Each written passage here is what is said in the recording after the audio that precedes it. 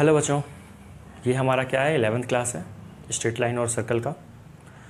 इसमें हम लोग क्या कर रहे हैं, स्ट्रेट लाइन और सर्कल के प्रॉब्लम प्रैक्टिस कर रहे हैं, सिर्फ प्रॉब्लम कर रहे हैं और प्रॉब्लम के थ्रू ही कंसेप्ट रिवाइज कर रहे हैं। ठीक है, तो ये वीडियो उन्हीं के लिए ज़्यादा सूटेबल होगा जो स्ट्रेट लाइन और सर्कल एक बार पढ़ चुके हैं। जो स्ट्रेट लाइन और सर्कल नहीं पढ़े हुए हैं उनके लिए ये वीडियो उतना हेल्पफुल नहीं होगा। ठीक है, तो क्वेश्चन नंबर हम लोग कहाँ तक करे थे लास्ट क्लास में, 60 तक किए हुए थे। आज हम लोग कहाँ से करेंगे, 61 से स्टार्ट करेंगे। तो जो फर्स्ट टाइम वीडियो पे आए हो, चैनल पे आए हो, वो अगर सर्कल और स्ट्रेट लाइन अगर पढ़ा हुआ है तो लेक्चर नंबर 1 से इसका देखो, वीडियो सीरीज प्लेलिस्ट बना हुआ है जर्नी ऑफ स्ट्रेट लाइन और सर्कल करके चैनल पे, उसको देखो। ठीक है, अब हम लोग क्वेश्चन नंबर 61 से स्टार्ट करते हैं। तो क्वेश्चन नंबर लोग 60 तक कर चुके हैं, अब ये क्वेश्चन नंबर 61 है। जैसा कि मैं बोला था लास्ट क्लास में कि 61 नंबर से अगले इस क्लास में भी हम लोग 5 सवाल करने वाले हैं, 61 to 65। पिछले क्लास में मैं बोला था कि इस क्लास में हम लोग जो क्वेश्चन करेंगे उसके level as compare to last class अच्छा होगा। तो आज का क्वेश्चन अच्छा है, तो एक बार मैं समझा देता हूँ क्वेश्चन, वीडियो को पॉज करना और फिर खुद से पहले तुम लोग ट्राई करना। तो देखो क्वेश्चन में है, let the equation of the two sides of a triangle be this and this. कोई एक ट्रायंगल है, समझा देता हूँ क्वेश्चन क्या कह रहा है। देखो क्वेश्चन में कह रहा है कि कोई ट्रायंगल है, इससे कोई दो साइड है, जैसे मान लो ये वर्टेक्स है ABC, है ना। इसका कोई दो साइड का इक्वेशन लिखा हुआ है। जैसे मान लीजिए इस AB का इक्वेशन है 3x - 2y + 6 = 0 और AC का मान लो इक्वेशन लिखा हुआ है 4x + 5y - 20 = 0। ठीक है ना, ये AB का इक्वेशन है, AB और AC का इक्वेशन है। मान लेते हैं दो साइड का इक्वेशन दिया हुआ है तो AB और AC मान लिए। ठीक है, उसके बाद क्वेश्चन में लिखा हुआ है कि if the ortho centre of this triangle is 1 1, मतलब इसका ऑर्थो सेंटर 1 1 है। ऑर्थो सेंटर क्या होता है, point of intersection of altitude. तो एल्टीट्यूड बनाओ, A से लेके इस पे परपेंडिकुलर डालें, ये एक एल्टीट्यूड हो गया। B से AC पे परपेंडिकुलर डालें और C से हम लोग AB पे परपेंडिकुलर डालें। A से AB पे डाले तो ये इसको D मान लो, इसको E मान लो, इसको F मान लो। ठीक है, ये अपना ऑर्थो सेंटर है। ऑर्थो सेंटर का कोऑर्डिनेट 1,1 दिया हुआ है। ठीक है, ये क्वेश्चन कह रहा है। अब हमने अपने को क्या कह रहा है कि find the equation of third side. तो यहाँ पे अब क्या करो, अगर AB और AC हम इसको मान लिए हैं तो इक्वेशन ऑफ BC निकालना है। इक्वेशन ऑफ BC अब आपको फाइंड आउट करना है। तो या तो क्या करो, BC का एक स्लोप निकाल लो और BC जिस एक पॉइंट से पास कर रहा है वो निकाल लो। तो पॉइंट स्लोप फॉर्म लगा देना, या पॉइंट B और पॉइंट C निकाल लो, दोनों पॉइंट लगा लो, 2 पॉइंट फॉर्म लगा देना, या BD निकाल लो। मतलब कहने का मतलब BC लाइन पे 2 पॉइंट निकाल लो, या फिर BC लाइन पे कोई एक पॉइंट और BC का स्लोप निकाल लो।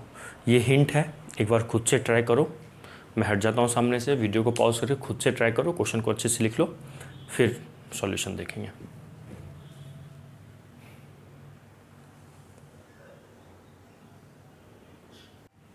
हो रहा है खुद से, चलो अब मैं बताता हूँ।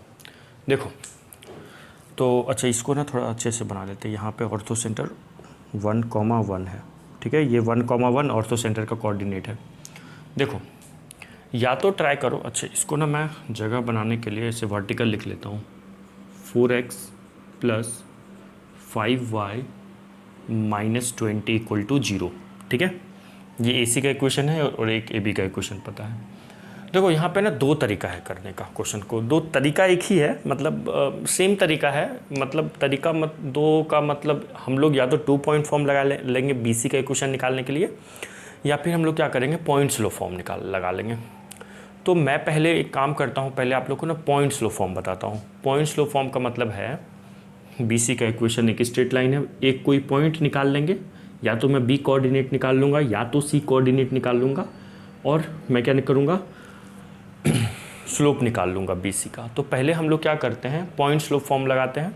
तो पहले स्लोप, और अपने को पॉइंट स्लोप फॉर्म लगाने के लिए पॉइंट चाहिए और स्लोप चाहिए। तो एक काम करो, पहले स्लोप निकालते हैं। ठीक है, स्लोप के लिए देखो AD जो है ना, AD BC पे परपेंडिकुलर है। अगर मान लो AD का स्लोप मान लेते हैं अल्फ़ा है, तो BC का स्लोप -1/α होगा। अगर AD का स्लोप अल्फ़ा है तो AD पे जो है BC पे परपेंडिकुलर है, तो BC का स्लोप क्या हो जाएगा, -1/α, है ना।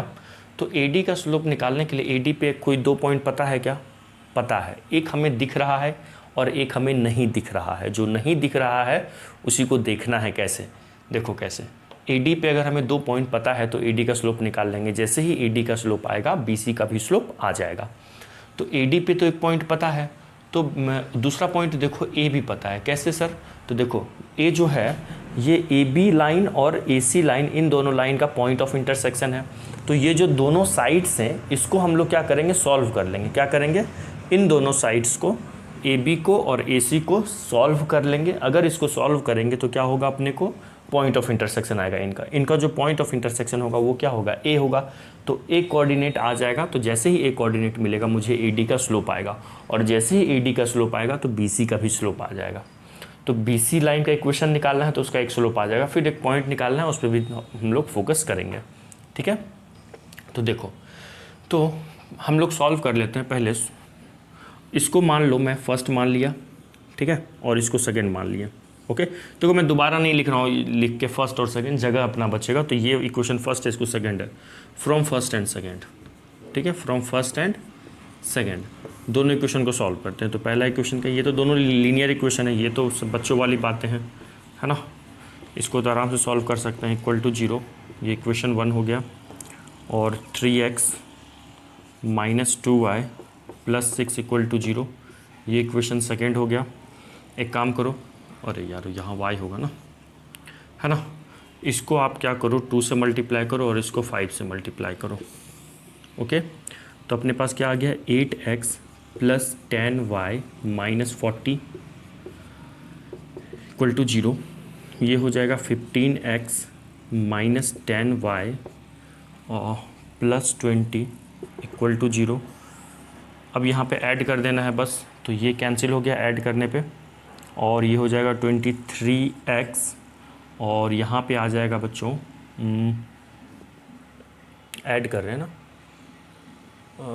अरे 30 होगा ना, ये तो 30 होगा ना, 6 5 जो 32, हाँ 40। तो ये हो जाएगा अपना -10 इक्वल टू 0। तो यहाँ से x की जो वैल्यू आ रही है वो 10/23 आ रही है। तो मतलब जो a है उसका x कोऑर्डिनेट क्या होगा? a का जो x कोऑर्डिनेट होगा वो होगा 10/23। क्या मैं माइनस बोल दिया था क्या? -10/23, गलत नहीं, 10/23।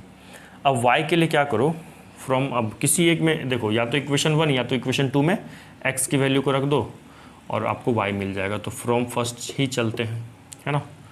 4x की वैल्यू क्या है? 10/23 प्लस 5y। देखो ये क्वेश्चन ना मेंस में आया हुआ सवाल है, तो लेंदी है, मतलब कैलकुलेशन लंबा है इसका। क्वेश्चन इजी था। इजी तो आप कहोगे सर आपने बोला लेवल अच्छा होगा, लेवल वैसे अच्छा सोचना था, है ना। अभी तो मैं बता रहा हूँ तो इजी लग रहा होगा, लेकिन जब खुद से सोचना पड़ता है तो टफ लगने लगता है। तो इसको सॉल्व करते हैं। 5y हो जाएगा कितना? 20 माइनस, सही जा रहे हैं ना?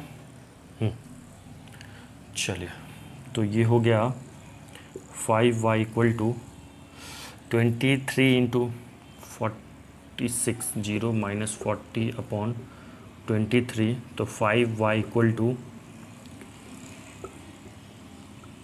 तो यहाँ से y इक्वल टू आ जाएगा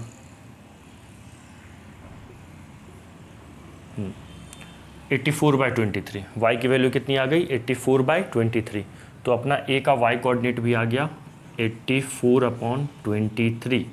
तो बच्चों यहाँ पे अपने को a, जो a पॉइंट है, जो वर्टेक्स a है, इस वर्टेक्स का हमें कोऑर्डिनेट पता चल गया। कैसे पता चला? दोनों जो दो साइड्स हैं ए बी और ए सी, इसको हम लोग क्या किए? सॉल्व कर लिए, उसका पॉइंट ऑफ इंटरसेक्शन आया। जो पॉइंट ऑफ इंटरसेक्शन है वो वर्टेक्स ए है। अब क्या करो आप लोग, इसको लिखो। फिर क्या करेंगे अब हम लोग स्लोप ऑफ ए डी निकालेंगे। क्या करेंगे? स्लोप ऑफ ए डी निकालेंगे। स्लोप ऑफ ए डी जैसे ही निकल जाएगा तो बी सी का भी स्लोप निकल जाएगा, है ना। तो लिखिए इसको पहले। तो चलो हो गया, यहाँ से ए का आ गया स्लोप पॉइंट आ गया, ए का कोऑर्डिनेट आ गया। देखो अब अगर किसी भी लाइन पे, जैसे मान लो लाइन ए बी है, इसका कोऑर्डिनेट अगर x1 y1 है और कोई पॉइंट b है उसी लाइन पे x2 y2 है, तो इसका स्लोप बहुत सिंपल है। कैसे निकालते हैं स्लोप? स्लोप को हम से डिनोट करते हैं। स्लोप ऑफ जो ए बी होगा वो हो जाएगा y1 minus y2 upon x1 minus x2, या आप ये भी कर सकते हो माइनस को कॉमन ले लो तो y2 माइनस y1 ऊपर से और नीचे से भी x2 माइनस x1। बस ये ध्यान रखना, अगर हम लोग न्यूमरेटर में y1 माइनस y2 किए हैं तो डिनोमिनेटर में x2 माइनस x1 नहीं करना है, x1 माइनस x2 करना है। मतलब ये वाला पॉइंट माइनस ये वाला पॉइंट, या ये वाला पॉइंट माइनस ये वाला पॉइंट से करना है, ठीक है। ऐसा नहीं करना y1 माइनस y2 और फिर x2 माइनस x1, नहीं, y1 यहाँ तो यहाँ x1, है ना, ये मिस्टेक हो जाता है, ध्यान रखना ये चीज़। नाउ तो यहाँ से ना स्लोप ऑफ AD क्या आ जाएगा, स्लोप ऑफ AD अपने को देखो A से लेकर ये D जो है, क्या इस स्ट्रेट लाइन पे 2 पॉइंट पता है, बिल्कुल पता है। एक तो ऑर्थो सेंटर क्वेश्चन में दिया हुआ था और एक A हम लोग अभी निकाल लिए। तो क्या होगा slope of AD 84/23 minus 1 upon 10/23 minus 1। LCM ले लो, 23 एलसीएम हो जाएगा 84 माइनस 23 अपॉन 10 माइनस 23 जो एलसीएम लिए वो कैंसिल आउट हो गया है। तो यहाँ से आएगा 4 में 3 1 और ये 6 अपॉन 13 माइनस में, है ना, माइनस में आएगा यहाँ पे 10 माइनस 23 माइनस 13, तो माइनस को न्यूमरेटर में लिख दिया। स्लोप ऑफ AD आ गया, तो स्लोप ऑफ BC क्या हो जाएगा, स्लोप ऑफ BC, देखो मैं ये मान के चल रहा हूँ कि अगर क्वेश्चन आप लोग ये लगा रहे हो तो ये सब सिंपल चीज़ पता है। स्लोप कैसे निकलेगा, BC का परपेंडिकुलर है तो 2 लाइन अगर परपेंडिकुलर होता है तो उनके स्लोप का मल्टीपल -1 के इक्वल होता है। तो अगर ये M1 है तो इसका स्लोप अगर M2 होगा, तो अगर ये स्लोप M1 है तो स्लोप ऑफ BC जो हो जाएगा वो हो जाएगा -1/M1, है ना। तो इसका स्लोप कितना हो जाएगा, माइनस ऑफ इसका रेसिप्रोकल कर दो 13/61 हो जाएगा, और माइनस प्लस 1, क्योंकि इसमें एक और बार माइनस आएगा, प्लस हो जाएगा, ठीक है। स्लोप ऑफ BC आ गया। अब सुनो, BC का स्लोप आ गया, अब मुझे क्या चाहिए, BC पे कोई एक पॉइंट चाहिए। तो हम लोग क्या करते हैं, मैं क्या करूँगा यहाँ पे ना B का कोऑर्डिनेट निकाल लेता हूँ, ठीक है। B का कोऑर्डिनेट निकालना पॉसिबल है, बिल्कुल पॉसिबल है। कैसे, देखो ये जो BE है ना, अगर BE का इक्वेशन निकाल लेंगे तो B का कोऑर्डिनेट भी पता चल जाएगा। तो BE का इक्वेशन कैसे निकालेंगे, ये जो BE क्या है, BE एक एल्टीट्यूड है जो वर्टेक्स B से चल रहा है और AC पे परपेंडिकुलर। देखो BE, तो मैं इक्वेशन ऑफ BE पे फोकस करता हूँ। देखो अगर आपको BE का इक्वेशन चाहिए तो BE पे एक पॉइंट पता है O, बिल्कुल पता है, एक पॉइंट पता है, तो एक स्लोप और निकाल लो BE का। तो पॉइंट स्लोप फॉर्म से हम BE का इक्वेशन निकाल लेंगे। फिर क्या करेंगे, ये BE के इक्वेशन को और इस AB के इक्वेशन को सॉल्व कर देंगे, इन दोनों का point of intersection he B आएगा, ठीक है। तो BE का इक्वेशन कैसे निकालेंगे, BE पे एक पॉइंट पता है, स्लोप चाहिए। तो देखिए स्लोप कैसे निकालते हैं, देखो यहाँ से ना स्लोप ऑफ AC पहले बताओ। अब हिंट मिल गया होगा मैं क्या करने वाला हूँ, स्लोप ऑफ AC बताओ तो क्या होगा, AC का स्लोप माइनस ऑफ 4/5 होगा, माइनस ऑफ 4/5 होगा AC का स्लोप, है ना, माइनस ऑफ 4/5 होगा। कैसे, देखो कोई भी, देखो अगर जनरल इक्वेशन स्ट्रेट लाइन का अगर ये AX + BY + C में लिखा, अगर मैं इसका स्लोप पूछूंगा तो स्लोप ऑफ दिस लाइन हो जाएगा माइनस ऑफ A/B, मतलब minus of coefficient of x upon coefficient of y। तो यहाँ पे कॉफिशिएंट ऑफ x 4 है, कॉफिशिएंट ऑफ y 5 है, तो 4/5 माइनस के साथ स्लोप ऑफ क्या आ गया, AC का स्लोप आ गया। अगर AC का स्लोप आ गया तो BE तो परपेंडिकुलर है, जो BE है वो तो एल्टीट्यूड है, मतलब AC पे परपेंडिकुलर है। तो स्लोप ऑफ BE क्या हो जाएगा, स्लोप ऑफ BE क्या हो जाएगा, 5/4 होगा, 5/4। अब हो गया, अब इक्वेशन ऑफ BE निकाल लेते हैं। इक्वेशन ऑफ BE क्या आ जाएगा, पॉइंट पता है, कहाँ से पास कर रहा है 1 1, तो पॉइंट स्लो फॉर्म लगा देंगे। क्या करेंगे, point slow form y - y1 = m क्या है 4/5 x - x1। इसको सिंप्लीफाई करो तो ये देगा 4y - 4, देखो 4 को इधर क्रॉस मल्टीप्लाई करेंगे, 4y - 4 = 5x - 5, तो ये आ गया 5x -4y, इस 4 को उधर लेके जाएंगे तो -1 = 0। ये क्या आ गया बच्चों, this is what, this is equation of BE, equation of BE आ गया, है ना। BE का इक्वेशन पता चल गया। अब BE और AC को ये मेंस में आया हुआ क्वेश्चन है ना। लग रहा होगा कितना टाइम लग रहा है, समझाने में लग रहा है, और ऑब्वियसली ये टाइम लगने वाला सवाल था, टाइम ले रहा था, है ना, टाइम ले रहा है। तो हम क्या करेंगे यहाँ पे, बीई के इक्वेशन को और एबी के इक्वेशन को सॉल्व कर लेंगे। क्या करेंगे, बीई के इक्वेशन को और एबी के इक्वेशन को सॉल्व कर लेंगे। तो क्या निकलेगा, बी कोऑर्डिनेट निकल जाएगा, तो बी सी आराम से आ जाएगा। आ रही है बात समझ में? लिखिए, मैं क्या करता हूँ, आप वीडियो को पॉज करता हूँ, आप खुद से लिखो। मैं रफ में इन दो बीई के इक्वेशन को और एबी की इक्वेशन को मैं भी अभी रफ में सॉल्व करके डायरेक्ट मैं इनका पॉइंट ऑफ इंटरसेक्शन बी लिख दूंगा, ठीक है। तुम लोग भी सॉल्व करो। चलिए, एबी और बीसी के इक्वेशन को, सॉरी, एबी और बीई के इक्वेशन को, एबी और बीई जो एल्टीट्यूड है इसके इक्वेशन को सॉल्व करो। सॉल्व करके क्या आ रहा है, मैं सॉल्व करके लिख दिया हूँ। x की वैल्यू -13 आ रही है, y की वैल्यू 33/2 आ रही है। तो इसका मतलब ये क्या है, इन दोनों को सॉल्व किए तो इन दोनों का पॉइंट ऑफ इंटरसेक्शन क्या आ गया, b आ गया, है ना। तो अपने को b का कोऑर्डिनेट पता चल गया, क्या हो गया, -13, -33/2, है ना। अच्छा, बीई का इक्वेशन कैसे निकाले थे, बीई पे एक पॉइंट पता है ऑर्थो सेंटर, बीई का स्लोप क्या होगा, एसी का स्लोप पता चल जाएगा। तो बीई एसी पे परपेंडिकुलर था तो बीई का भी स्लोप पता चल गया था, ठीक है, ये आ गया। तो अब हो गया भाई बीई का। अब देखो स्लोप ऑफ, अच्छा, एम ऑफ बी सी कितना, एम ऑफ बी सी का मतलब है slope of B C. Slope of B C अभी हम लोग निकाले थे, कितना था बताइएगा, स्लोप ऑफ बी सी क्या था, स्लोप ऑफ बी सी क्या था, 33/61 था क्या, 13/63 था ना, 13/61 था, 13/61 था, है ना, 13/61 था, हो जाएगा। अब नाउ अब कहाँ है,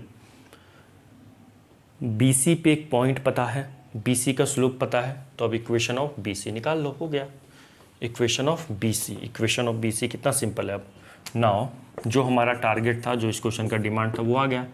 नाउ इक्वेशन ऑफ BC, है ना, पॉइंट स्लोप फॉर्म लगा दो, y - y1, y1 क्या है 33 minus of 33/2 equal to m क्या था 13/61 equal to x minus of x1, ये आ गया -13।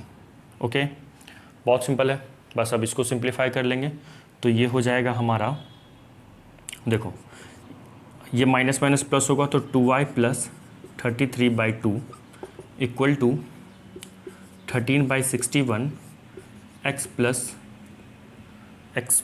13। ओके, 61 को इधर मल्टीप्लाई कर दो, 2 को इधर मल्टीप्लाई कर दो, क्रॉस मल्टीप्लाई कर देते हैं तो ये हो जाएगा 61, ये कितना हो जाएगा 122 टू 33 × 61 इक्वल टू 13x, ये हो जाएगा 26, हाँ, x + 169, है ना। तो फाइनल आंसर जो आएगा वो आएगा 33 × 61 कर लेना, ठीक है, इसको सिंप्लीफाई कर लेना, यही अपना आंसर है, ठीक है। ऑप्शन में देख लेंगे, ऑप्शन में नहीं लिखा था, बोर्ड पे जगह नहीं था तो मैं ऑप्शन को नहीं लिया इसका सवाल में, डायरेक्ट क्वेश्चन सॉल्व किया तो यही अपना आंसर आ जाएगा, ठीक है। ओके, चलिए लिख लीजिए, लिख लिए क्या। अच्छा, ये जो 2 है ना, 2 × 26, हाँ, यहाँ पे 2 भी होगा ना मल्टीप्लाई, ठीक है। इसको सॉल्व कर लो, सॉल्व करके जो भी आंसर आएगा क्या आएगा 26x - 122y, और ये जो कॉन्स्ट, इसको मल्टीप्लाई कर लेना, इसको मल्टीप्लाई करके 169 × 2 कर लेना, जो भी आएगा -33 × 61 करना, आंसर आ जाएगा, ठीक है। दैट्स इट, इतना सिंपल क्वेश्चन था। सिंपल था क्या, खुद से हो गया होगा तो सिंपल है, नहीं हुआ होगा तो टफ लग रहा होगा। ओके, चलिए नेक्स्ट क्वेश्चन करते हैं। क्वेश्चन नंबर 61 हो गया, नाउ 62 देखते हैं। नाउ क्वेश्चन नंबर 62, देखो ये लोकस से रिलेटेड क्वेश्चन है, लोकस वाले क्वेश्चन आते हैं एग्जाम में, ठीक है ना, किसी न किसी शिफ्ट में लोकस से क्वेश्चन आता ही है। तो क्वेश्चन में है, देखो क्वेश्चन में क्या कह रहा है, the locus of the centre of the circles. Circles यहाँ पे इसीलिए यहाँ पे प्लूरल इसीलिए यहाँ पे यूज हुआ है कि बहुत, लोकस का मतलब होता है जो चलता है, तो सेंटर चलेगा मतलब अलग अलग पॉइंट होगा, अलग अलग पॉइंट मतलब अलग अलग सेंटर, अलग अलग सेंटर मतलब अलग अलग सर्कल, तो सर्कल्स इसलिए लिखा हुआ है, ठीक है। The locus of the centres of the circles which touches the circle this. देखो एक ऐसे सर्कल का लोकस निकालना है, एक ऐसे सर्कल के सेंटर का लोकस निकालना है, सर्कल का लोकस नहीं, सेंटर का लोकस किसी पॉइंट का होता है। तो एक ऐसे पॉइंट का सर्कल लोकस निकालना है, एक ऐसे पॉइंट का लोकस निकालना है जो किसी अननोन सर्कल का सेंटर है। ठीक है, अब जो अननोन सर्कल है वो इस सर्कल को एक्सटर्नली टच कर रहा है। ठीक है, okay. Also touches the Y axis and lie in the first quadrant. Question में देखो क्या कह रहा है, समझना। क्वेश्चन में कह रहा है कि जैसे ये तो वाई एक्सिस हो गया, ये एक्स एक्सिस हो गया। जैसे ये सर्कल क्या होगा, इसका सेंटर 0 0 है, रेडियस 1 है, तो ये सर्कल लो बना दिया। ठीक है, ये अपना क्या है, गिवन सर्कल है। ठीक है, इस सर्कल का इक्वेशन क्या है, x² plus y² equal to 1। इस सर्कल को एक दूसरा सर्कल एक्सटर्नली टच कर रहा है, वो तो कहीं भी टच कर सकता है, लेकिन ऐसे टच कर रहा है कि वो y एक्सिस को भी टच कर रहा है। तो मान लो कुछ ऐसा करवा दो, क्या सर x एक्सिस को टच नहीं कर रहा, अरे अब अपने कोई आइडिया नहीं, तो मैं एक ऐसा भी तो बना सकता हूँ। बहुत सारे सर्कल में एक ऐसा भी सर्कल पॉसिबल है ना। अच्छा, यहीं पे क्यों बनाया, यहाँ क्यों नहीं बनाया, क्योंकि लिखा हुआ है क्वेश्चन में ना कि जो सेंटर है, जो अननोन जो सर्कल है वो फर्स्ट क्वाड्रेंट में लाई कर रहा है, तो सर्कल यहीं पे होगा। ठीक है, तो इसका सेंटर का लोकस निकालना है ना, इस सर्कल का। तो जिसका लोकस निकालना है उसको ना हम h, k मान लेते हैं इस पॉइंट को। ठीक है, अब सुनो, अगर कोई भी सर्कल, देखो इस फिगर को देखो, अगर कोई भी सर्कल अगर y एक्सिस को टच करता है तो जो उसका रेडियस होता है ना, वो उसके सेंटर का ना x कोऑर्डिनेट का मॉड होता है। जैसे मान लो ये y एक्सिस को टच किया, तो अगर मैं इस पॉइंट को बोल दूँ 2, 3, तो मतलब x इधर कितने कदम चले, 2 कदम चले, 2 ऊपर 3 कदम है ना। तो 2, 3, ये लेंथ कितना है, ये लेंथ 2 है ना, और ये लेंथ 3 है। तो ये जो लेंथ 2 है यही तो रेडियस है, ये लेंथ 2 है तो ये रेडियस है। इसका मतलब आज से ध्यान रखना कि कोई भी अगर सर्कल y एक्सिस को टच करता है तो जो उसका सेंटर रेडियस होता है, सेंटर के x कोऑर्डिनेट का मॉड होता है। मैं मॉड इसलिए बोल रहा हूँ, मैग्नीट्यूड होता है कि मान लो कुछ पीछे टच करेगा, तो ये तो इसका सेंटर क्या होगा, -2, 3, तो रेडियस तो -2 नहीं हो सकता, -2 का मॉड क्या होगा, 2। तो मॉड याद रखना, मैग्नीट्यूड होता है। और यही सर्कल अगर x एक्सिस को टच करता तो जो इसका रेडियस होगा, सेंटर का y कोऑर्डिनेट का मैग्नीट्यूड होगा, ध्यान रखना। इस कंसेप्ट का भी यहाँ पे इस सवाल में ना यूज़ करेंगे। अभी कैसे, तो देखो जो अननोन सर्कल है उसके सेंटर का लोकस निकालना है, तो लोकस को हम h, k मान ली है। h क्या है यहाँ पे, x कोऑर्डिनेट है, और k क्या है, y कोऑर्डिनेट है। तो ये जो अननोन सर्कल है, ये जो सर्कल है, इसका रेडियस क्या होगा, इसका रेडियस h होगा ना। तो मैं कह सकता हूँ ये वाला लेंथ h होगा, है ना। अच्छा, ओके। अब सुनो, और अगर कोई 2 सर्कल एक्सटर्नली टच करता है तो क्या होता है, उनके सेंटर्स के बीच का जो डिस्टेंस होता है वो उनके रेडियस के सम से क्या होता है, छोटा होता है ना। और क्या होता है, हम लोग को क्वेश्चन में क्या कह रहा है, अच्छा लोकस निकालना है, ठीक है। और डिफरेंस से क्या होता है, ज़्यादा होता है ना। अगर कोई भी 2 सर्कल एक्सटर्नली टच करते हैं तो उनके जो रेडियस का सम से छोटा होता है और इक्वल भी होता है साथ ही साथ। और हम लोग क्या जानते हैं, देखो कोई 2 सर्कल है, मान लो ये सर्कल है, एक S1 सर्कल है, एक दूसरा सर्कल S2 है। ये लेंथ इसका रेडियस मान लो ये R1 है और ये लेंथ इसका रेडियस R2 है। ये सेंटर दूसरा से एक S2 सर्कल का सेंटर है और ये मान लो S1 सर्कल है तो इसका सेंटर C1 है। तो एक्सटर्नली कब टच कर रहा है, फिगर से ही दिख रहा है कि ये जो सेंटर के बीच का डिस्टेंस है C1 C2 must be equal to R1 + R2। इसी कंसेप्ट को हम यहाँ पे यूज़ करेंगे। तो अब कहेंगे कि इसका सेंटर क्या है, इसका सेंटर तो सर ओरिजिन है ना, O है, 0 0 है। तो इनके सेंटर के जो बीच का डिस्टेंस होगा ना, ये सेंटर मान लो C2 और ये सेंटर मान लो C1, ओके मान लिए।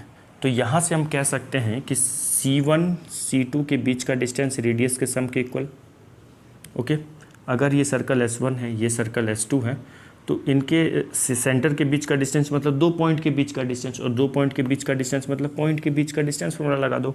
तो h माइनस 0 का होल स्क्वायर ये हो जाएगा h square plus k minus 0 का whole square k square equal to sum of radius. तो रेडियस क्या है इसका वो देखिए, r1 क्या है, r1 मतलब सर्कल S1 का रेडियस, ये तो पता ही अपने को 1 है ना, ये 1 है ना, ये 1 है, प्लस r2 मतलब सर्कल S2 जो अननोन सर्कल है जिसके सेंटर का लोकस निकालना है, उसका रेडियस क्या होगा, x कोऑर्डिनेट का सेंटर का x कोऑर्डिनेट का मैग्नीट्यूड। तो एक्स सेंटर का x कोऑर्डिनेट क्या है, h है, तो h का मैग्नीट्यूड h ही ले लो अभी, है ना। इसका लोकस निकालना है। देखो अब हम लोग जितना भी क्वेश्चन देख रहे हैं ना तो एक्स स्क्वायर है कहीं, ना तो वाई स्क्वायर है। तो क्या करते हैं, 1 मिनट, यहाँ पे स्क्वायर रूट भी नहीं है, अच्छा ऑप्शन में स्क्वायर रूट है but X square Y square नहीं है। तो काम करते हैं, इसको स्क्वायरिंग बोथ साइड कर देते हैं। ऐसा क्यों कर रहे हैं, क्योंकि ऑप्शन में मुझे दिख रहा है कि इस टाइप का, अगर मान लो ऑप्शन में होता X square plus Y square, square root के अंदर X square plus Y square equal to 1 plus X, तो यही आंसर हो जाता। क्या करते हैं लोकस के क्वेश्चन में, जो भी कंडीशन होता है जिस भी पॉइंट का लोकस निकालना होता है उसको एच के मानते हैं, अकॉर्डिंग टू सवाल चलते हैं, लास्ट में एच के को एक्स और वाई से रिप्लेस कर देते हैं। तो वही है यहाँ पे, तो ये तो स्क्वायर रूट चला जाएगा, h square plus k square equal to a plus b का होल स्क्वायर होगा, 1 square plus h square plus 2h, कुछ कट रहा है, एच स्क्वायर कैंसिल हो गया, है ना। तो यहाँ से क्या आ गया, के square equal to 1 plus 2h, है ना। तो k की वैल्यू यहाँ से क्या आएगी, k की वैल्यू आएगी plus minus under root 1 plus 2h। अब सुनो, अब सर यहाँ से प्लस वाला ले या माइनस वाला ले, सर ऑप्शन में तो हर जगह प्लस वाला है तो प्लस वाला ही ले लेते हैं, है ना। देखो वो तो तुम ऑप्शन देख के क्या समझ सकते हो, लेकिन ना ये जो k है ना, k पॉजिटिव नेगेटिव दोनों हो सकता है। k है क्या, सेंटर का k क्या है, सेंटर का y कोऑर्डिनेट है। तो अब जब सर्कल ही फर्स्ट क्वाड्रेंट में है तो सेंटर भी फर्स्ट क्वाड्रेंट में होगा, तो यहाँ पे जो सेंटर फर्स्ट क्वाड्रेंट में होगा तो यहाँ पे h भी देखो पॉजिटिव होगा और k भी पॉजिटिव होगा। तो जब दोनों पॉजिटिव होगा तो मुझे यहाँ पे क्या लेना, एज k क्या है यहाँ पे पॉजिटिव है ना। तो k को मुझे यहाँ पे क्या प्लस में लेना पड़ेगा, तो प्लस में 1 प्लस 2h। अब क्या करो, k को रिप्लेस कर दो y से और h को रिप्लेस कर दो x से। तो आंसर क्या हो गया, y equal to 1 plus 2x, y equal to 1 plus 2x। A for America is the correct answer, A for apple, A है इसका करेक्ट आंसर। तो 60 समझ में आया है। देखो समझ में आया है ना, तो प्लीज़ कमेंट करके बताना कि सर समझ में आता है जो समझा रहे हैं, ठीक है। और अगर तुम लोग से खुद से भी होता है तो वो भी कमेंट करके बताना, तुमसे होता है हाँ सर हो गया, और आप जो समझाया वो भी समझ में आया अच्छे से, ठीक है। चलिए आगे करते हैं, फिर लिखो इसको। क्वेश्चन नंबर 63 बहुत बढ़िया सवाल है। देखो क्वेश्चन में क्या लिखा हुआ है, a point on the straight line this, मतलब एक पॉइंट है इस स्ट्रेट लाइन पे, ठीक है, which is at equidistance from the coordinate axis will lie only in. अच्छा क्वेश्चन में देखो समझाता हूँ क्या कह रहा है, मैं समझा देता हूँ, फिर वीडियो को पॉज करके एक बार खुद से ट्राई करना तुम लोग। देखो क्वेश्चन में ये है कि मान लो ये अपना y एक्सिस हो गया, ये अपना x एक्सिस हो गया, ठीक है। ये जो स्ट्रेट लाइन है ना इस पर कोई पॉइंट है, तो इस स्ट्रेट लाइन को x को 0 करेंगे तो y की वैल्यू आ जाएगी 3, ठीक है। y को 0 करो, x की वैल्यू 5, तो कुछ इस टाइप से ये गुजरेगा। ये वाला पॉइंट मान लो, मान मत लो, ये है 5,0 और इस पॉइंट को b मान लेते हैं, तो ये हो गया 0,3, है ना। ये अपना b है, ये अपना a है, ठीक है। तो इसी स्ट्रेट लाइन पे ना कोई पॉइंट होगा, किस में, देखो या तो वो सेकेंड में होगा, या तो फर्स्ट में होगा, या तो फोर्थ में होगा, थर्ड में तो होगा ही नहीं। और ऑप्शन में भी थर्ड क्वाड्रेंट नहीं दिया हुआ, ऑप्शन भी देने वाला बहुत चालू है कि थर्ड क्वाड्रेंट वाला ऑप्शन बच्चे खुद से स्किप कर देते हैं, तो है ना। तो इस पे कहीं पे भी कोई पॉइंट होगा which is at equidistance from the axes, axes का मतलब एक्स एक्सेस और वाई एक्सेस से इक्वल डिस्टेंस पे हो। तो मैं इस स्ट्रेट लाइन पे ना कहीं पे भी ना कोई पॉइंट मान लेता हूँ, ठीक है। मान लो कहाँ मान लूँ, चलो यहाँ फर्स्ट क्वाड्रेंट में मानना ज़्यादा सही लगता है, तो मान लो ये पॉइंट यहाँ मान लेते हैं P, उस पॉइंट को कुछ मान लो, अल्फ़ा बीटा H के कुछ भी मान लो, अल्फ़ा बीटा मान ले, इस पॉइंट को अल्फ़ा बीटा मान लेते हैं P। अब क्वेश्चन में ऐसा कह रहा है विच इज़ एट इक्वी, अच्छा P मान लिए, P को ना यहाँ पे कुछ रुको इधर नीचे मानते हैं, ये जो पॉइंट है ना ये P है अल्फ़ा कॉमा बीटा, P क्या है अल्फ़ा कॉमा बीटा में मान लिया यहाँ पे ये वाला पॉइंट, 1 मिनट, ठीक है, ये पॉइंट है P, इसका कोऑर्डिनेट अल्फ़ा बीटा। अब क्वेश्चन में कह रहा है कि किस क्वाड्रेंट में होगा, तो हम देखो ऐसा नहीं कि मैं फर्स्ट क्वाड्रेंट में ही सर आपने क्यों माना, आप या तो इधर भी सेकंड में भी मान सकते थे, कहीं फोर्थ में भी, तो कहीं भी मान लिए हैं बस अभी यहाँ पे। तो देखो P अगर हम यहाँ माने हैं तो अकॉर्डिंग टू सवाल समझना, अकॉर्डिंग टू क्वेश्चन क्या कह रहा है कि ये कोऑर्डिनेट एक्सिस से इक्वल डिस्टेंस पे होगा, ठीक है। अब समझ में आ रहा है तो मैं एक बार साइड हो जाता हूँ, वीडियो को पॉज करो, खुद से करो, फिर मैं बता रहा हूँ। तो देखो कैसे करेंगे, अकॉर्डिंग टू क्वेश्चन में कह रहा है कि इक्वल डिस्टेंस, मतलब कोऑर्डिनेट एक्सिस से इक्वल डिस्टेंस पे है, मतलब ये एक्स एक्सिस और वाई एक्सिस से इक्वल डिस्टेंस पे। तो मैं कह सकता हूँ कि ये वाला डिस्टेंस, अच्छा 1 मिनट, ये जो होगा ये वाला बीटा होगा ना, ये बीटा होगा और ये क्या होगा, अल्फ़ा होगा। तो अल्फ़ा इक्वल टू बीटा क्या है, अल्फ़ा इक्वल टू बीटा, मतलब x coordinate equal to y. अरे ये तो एक्स इक्वल टू वाई हो गया, एक्स इक्वल टू वाई हो गया, है ना। तो हम कह सकते हैं कि ये जो अल्फ़ा और बीटा है, मतलब एक्स और वाई है, इसका मतलब कहीं ना कहीं ये भी तो एक लोकस है, एक्स इक्वल टू वाई भी तो एक इक्वेशन है। ये कौन सी, ये किस इसका एक लोकस है, ये x equal to y straight line का लोकस है। तो मैं एक्स इक्वल टू वाई कैसे बनेगा बताओ, वाई इक्वल टू एक्स बोलो या एक्स, ये मैं डॉटेड से बना देता हूँ, ठीक है। ऑरिजिन से पास करने वाला लाइन बनेगा इस टाइप से, ठीक है, इस टाइप से बनेगा। ये क्या होगा, एक्स इक्वल टू वाई। अगर सवाल में कह रहा है वो कि अल्फ़ा और बीटा अकॉर्डिंग टू सवाल कि कोऑर्डिनेट एक्सिस से इक्वल डिस्टेंस पे है, मतलब अल्फ़ा और बीटा इक्वल होगा। तो याद रखना हमेशा कि अगर कोई भी अननोन कोई भी पॉइंट है आपका आर्गेंट कोऑर्डिनेट प्लेन में और बोल रहा है कि कोऑर्डिनेट एक्सिस से इक्वल डिस्टेंस पे है, मतलब एक्स से भी उतना ही डिस्टेंस है जितना वाई, तो वो कौन से स्ट्रेट लाइन पे होगा, 100% वो एक्स इक्वल टू वाई या मतलब y इक्वल टू एक्स या y equal to minus x पे होगा। अब सुनो, हो सकता था ये पॉइंट यहाँ है, अच्छा यहाँ पे ना मुझे थोड़ा और टिल्ट करूँ क्या इस स्ट्रेट लाइन को, क्योंकि मैं कैसे बनाऊँगा, अच्छा चलो समझाने के लिए, देखो समझाने के लिए मैं बस बना दे रहा हूँ। हो सकता है वो पॉइंट यहाँ पे भी तो हो सकता था P, यहाँ पे माइनस अल्फ़ा कॉमा बीटा होता, मान लेते हैं यहाँ भी तो हो सकता था। तो इसका मतलब क्या है, ये है यहाँ पे क्या है, माइनस अल्फ़ा का मॉड इक्वल टू बीटा, ये भी तो हो सकता है इक्वल डिस्टेंस पे होगा, तो मतलब है minus x equal to y, तो ये y equal to minus x का ग्राफ है ना। देखो थोड़ा सा और टिल्ट होता, मैं समझाने के लिए बस बना दिया। ये अपना स्ट्रेट लाइन क्या है, y इक्वल टू एक्स, और ये है अपना y equal to minus x, है ना। ये 2 पॉइंट हो गया। तो हो सकता है वो पॉइंट या तो y इक्वल टू एक्स पे होगा या तो y equal to minus x पे होगा। क्या ये चीज़ समझ में आया, क्या ये सवाल ये जो मैं समझा रहा हूँ समझ में आया? अगर समझ में आया होगा तो प्लीज़ कमेंट करके ना बताना कमेंट में कि यस सर 63 में जो आपने समझाया था वो समझ में आया। इस टाइप से लाइन समझा मुझे बताना, ठीक है। अगर कोई पॉइंट कोऑर्डिनेट प्लेन में, ठीक है ना, प्लेन में कहीं पे भी हो और कहे सवाल में कि वो एक्स एक्सिस और वाई एक्सिस इक्वल डिस्टेंस पे, तो 100% वो point y equal to x या y equal to minus x पे होगा। ध्यान रखना, किसी भी क्वाड्रेंट में हो सकता है, फर्स्ट सेकंड थर्ड फोर्थ। लेकिन एक और अब कह रहा है कि वो जो पॉइंट है वो इस लाइन पे भी होगा, तो ये लाइन फर्स्ट सेकंड और फोर्थ से जा रहा है, तो इसलिए थर्ड में नहीं होगा। आ रही है बात समझ में? तो यहाँ से कह सकते हैं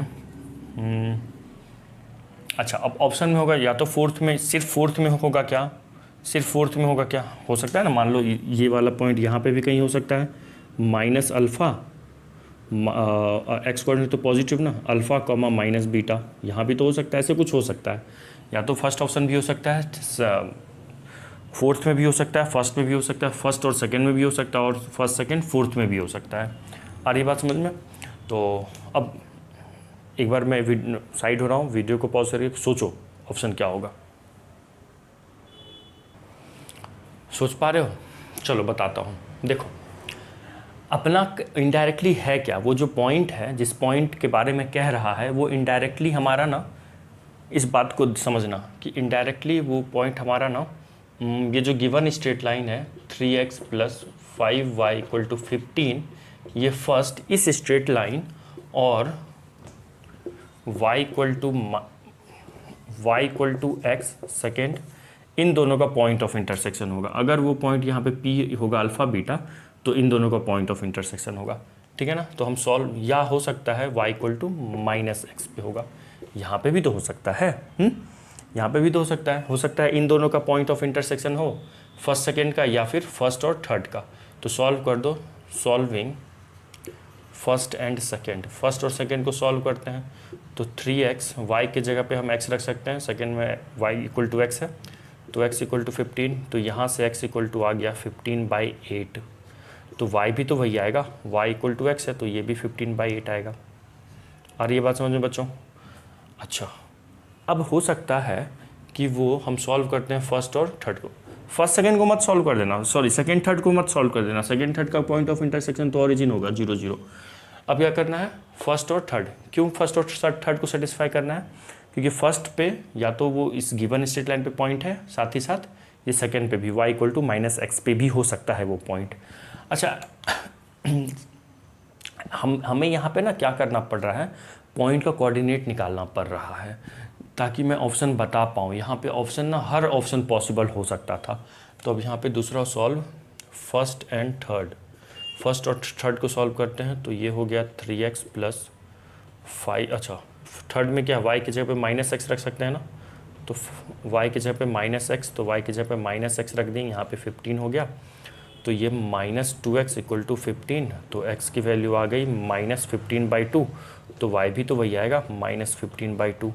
अब देखो x भी निगेटिव और y भी निगेटिव, x भी निगेटिव आ रहा है, नहीं y तो पॉजिटिव होगा ना, क्यों होगा? क्योंकि y equal to minus x है, तो x तो पॉइंट क्या क्या आ गया, हो सकता है वो पॉइंट p का कोऑर्डिनेट क्या क्या हो सकता है, या तो 15/8, 15/8 हो सकता है, या फिर p का कोऑर्डिनेट क्या हो सकता है -15/2, 15/2। देखो दोनों जगह ये वाला पॉइंट भी जितना x कोऑर्डिनेट है, जितना x एक्सिस से डिस्टेंस है उतना ही y से भी है, इसमें भी जितना x से डिस्टेंस है मॉड ले लो और वहाँ से भी उतना ही है।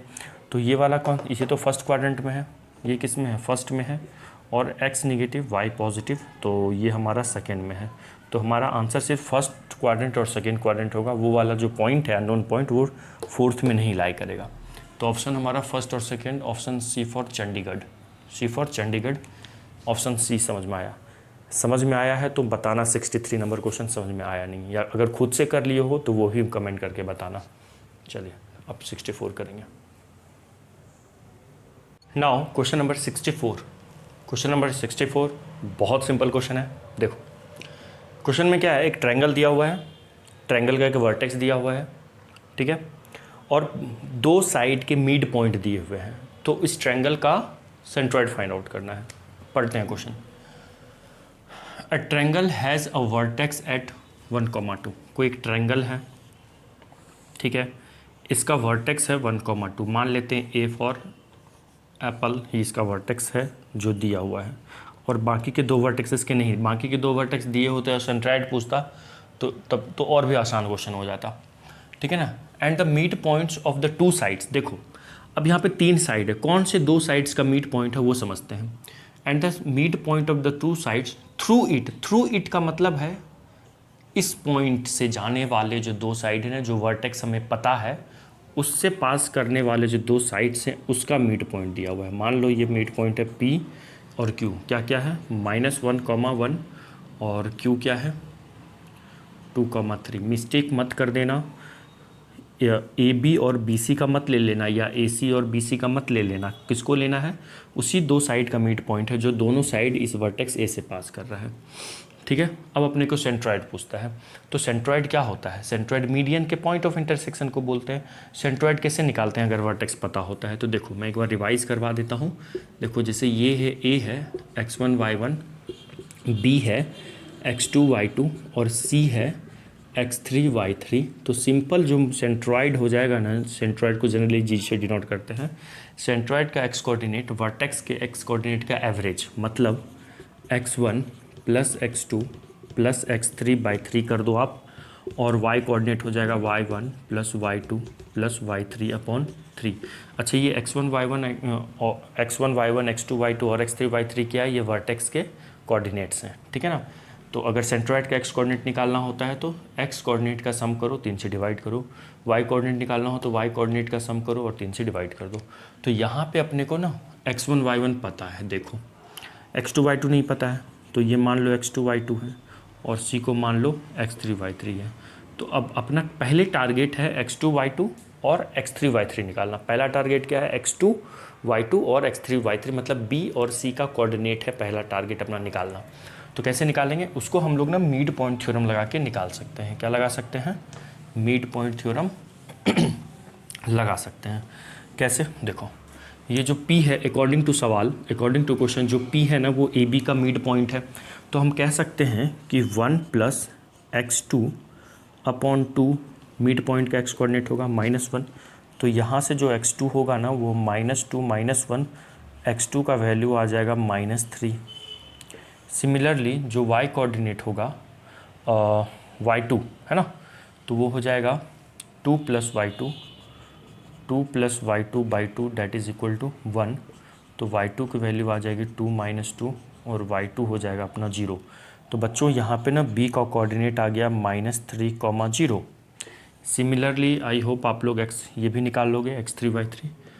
तो ये हो जाएगा 1 + x3/2, जो मिड पॉइंट है उसका x कोऑर्डिनेट रख देते हैं 2।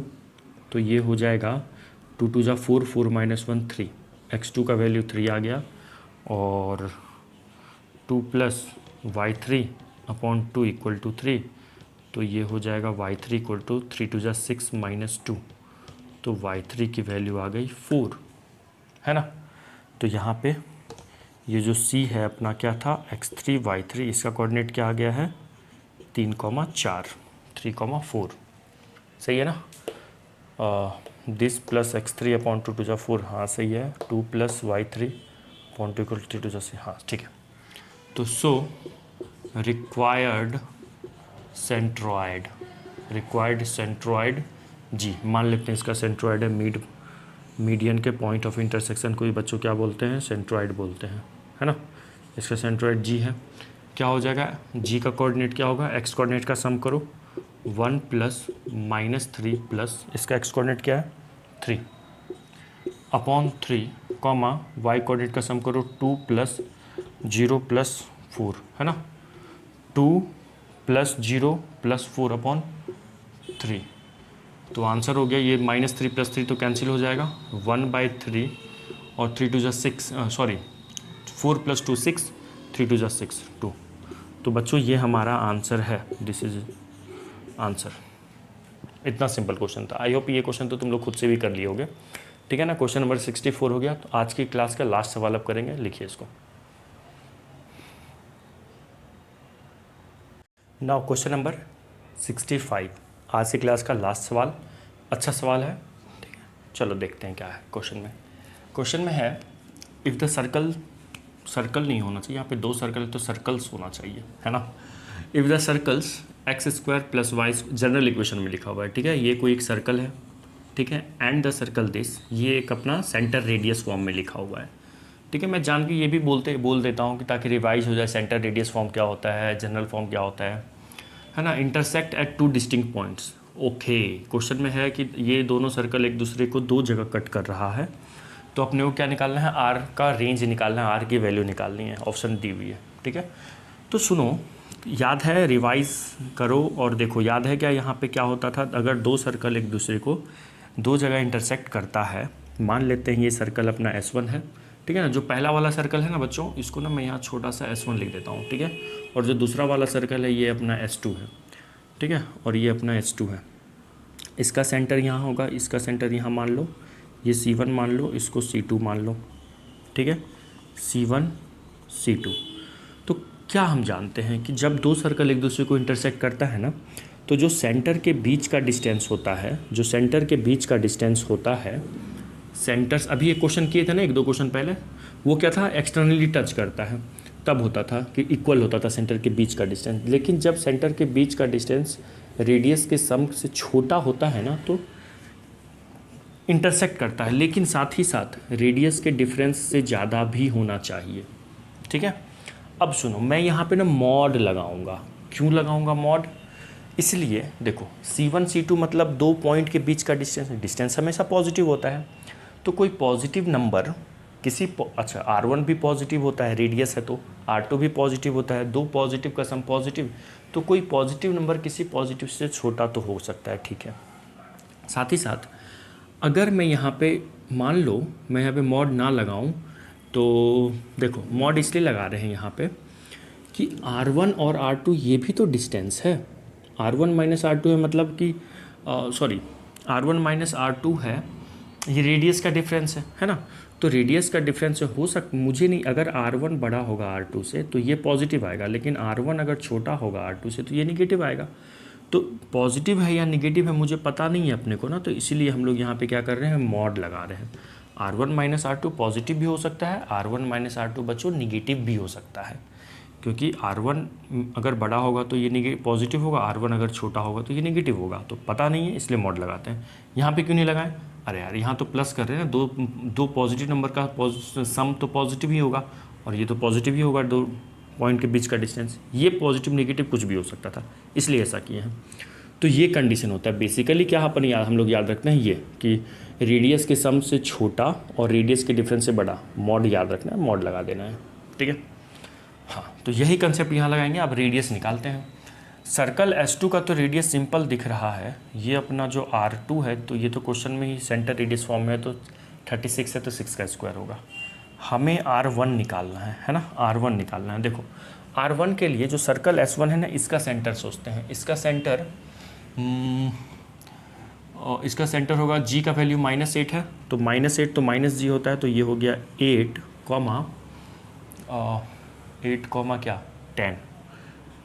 10 इसका सेंटर है। C2 क्या है अपना, C2 इसका सेंटर क्या है बच्चों, 4,7।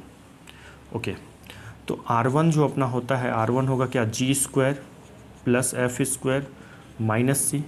तो R1 = G का वैल्यू क्या था, -8 था, -8 था ना G का वैल्यू, मैं डायरेक्ट लिखूँगा 64, -8 था ना, -16 है, -16 को कंपेयर करो 2G से, तो G का वैल्यू -8 होगा, तो -8 का स्क्वायर 64, F का वैल्यू -10 है तो 100, C का वैल्यू मतलब कांस्टेंट टर्म।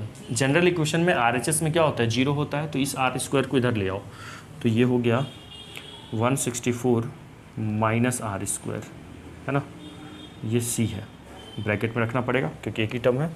तो R1 की वैल्यू आ गई, ये 164 ऐड होके हो जाएगा, यहाँ ब्रैकेट खुलेगा तो -164 + R, ये कैंसिल हो गया, तो R1 का वैल्यू अपना R आ गया। R1 का वैल्यू क्या हो गया, R आ गया। R2 का वैल्यू तो पता ही है, R1 R आ गया, R2 का वैल्यू पता है 6 है ना।